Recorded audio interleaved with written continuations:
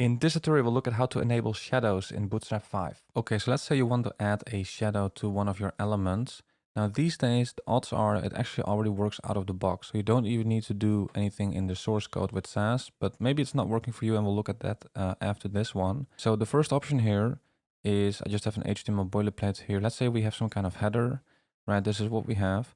And let's say we want to add some shadow here, right? So there's actually just a utility class called shadow in Bootstrap. So if I do this and refresh, we see a shadow here. Let me actually zoom in a little bit more. And they actually have a variation of this, right? So they show this in the examples. They have a small shadow and large. So a small shadow would be like this, SM. Refresh, it's a bit more subtle. And a large one, well, it's gonna look pretty cool, I think, but it's obviously larger.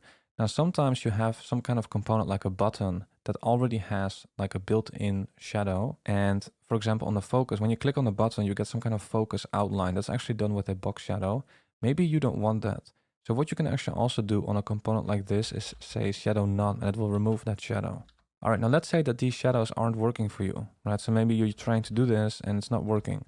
So in that case, you need to go into the source code for Sass, and I just have a simple setup here on how to do that. I have a whole video on how to install Sass with npm and how to set it all up properly, including Sass compilation, right? Step-by-step tutorial. So this is an example of how you could do that with, in Sass, right? Then you're not linking to the CDN links, but you have some kind of node modules folder where you have the source code of Bootstrap. So in your Sass file, in that case, you're going to include all of Bootstrap usually. And what you can do is you can set a variable here.